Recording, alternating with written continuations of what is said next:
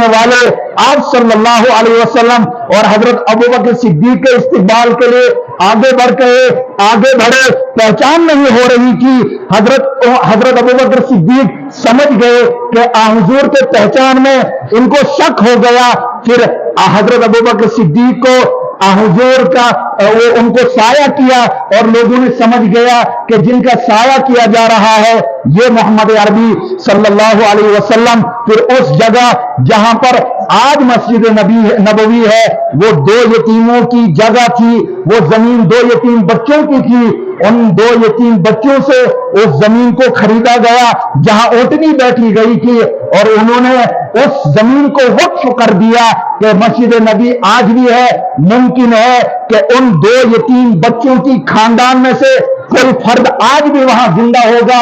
ہم لوگ مسجد کے لیے زمین دیتے ہیں، مدرسے کے لیے کوئی چیز دیتے ہیں، پھر تانے بانے لگتے ہیں، پھر صدر کمیٹی کو، پھر محتمم صاحب کو احسان جتاتے ہیں کہ ہم نے دیا ہے، ہم نے زمین دی ہے۔ اس ثواب کا، اس اجر کا کوئی فائدہ نہیں ہے اگر آپ اللہ کے راستے میں 1 پیسہ دے رہے ہو، زمین کا ٹکڑے دے رہے ہو اور اس کو آپ نیک کر رہے ہیں، قیامت تک اس کو آپ کا اجر ملے گا۔ اگر آپ نے اس احسان کو جتایا، اگر آپ نے دعوے کے ساتھ، اکڑ کے ساتھ، اکڑ اللہ کو ہرگز پسند نہیں ہے، وہ ہرگز قبول نہیں ہوتی ہے۔ میرے محترم بزرگوں اور دوستوں، مدینہ منورہ پہنچ کر پھر وہاں آیتوں کا نزول ہوا اور قرآن مقدس کے ذریعے سے، اس سبیل القرآن کے ذریعے سے مدینہ والوں کو وہ راستہ ملا۔ قبیلہ اوس اور خزرج، وہ لوگ جو لڑائیاں کرتے تھے، جنگیں کرتے تھے، ایک دوسرے کے خلاف تھے، اور جو بچیوں کو زندہ دفن کرتے تھے، وہ ساری برائیاں، وہ ساری بیماریاں قرآن مقدس کی تاثیر کے ذریعے ختم ہو گئی۔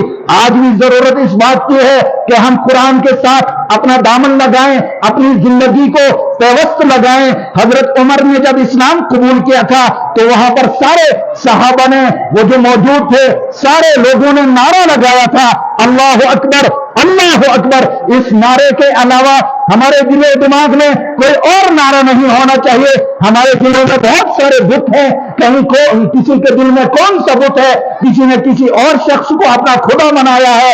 اللہ کے علاوہ کوئی خدا نہیں۔ اللہ کی ربوبیت ہونی چاہیے، اسی کی الوہیت کے دن گانے چاہیے، اسی کی صدا لگنی چاہیے۔ مسجد میں بھی، مدرسے میں بھی، چوک چوراہوں پہ بھی، آفسوں میں بھی قرآن مقدس کی صدا لگنی چاہیے۔ قرآن کے علاوہ کوئی اور راستہ نہیں ہے۔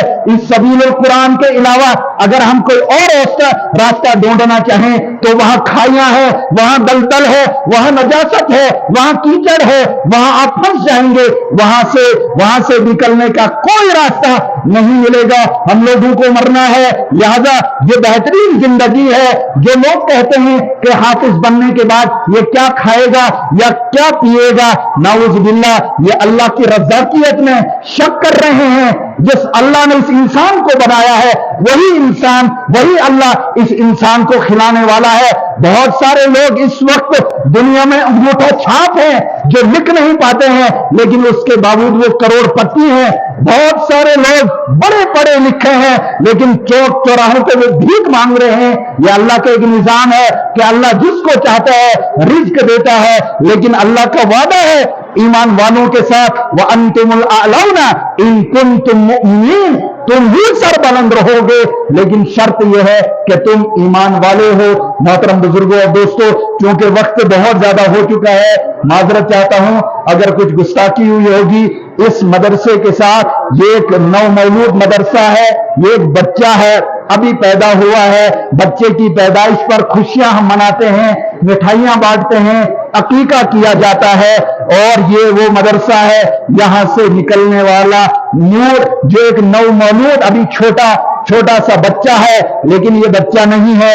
بچوں کی کارگزاری سے یہ احساس ہوا کہ یہ ابھی شباب پر ہے، یہ ابھی نوجوانی پہ ہے، یہ نو مولود بچہ نہیں ہے۔ مدرسہ سبیل القرآن جو اس گونڈوں میں ہے، یہ مسجد جہاں سجدہ کیا جاتا ہے، جہاں سر جھکایا جاتا ہے، اور یہ مدرسہ ہے جہاں سر اٹھا کر جینے کا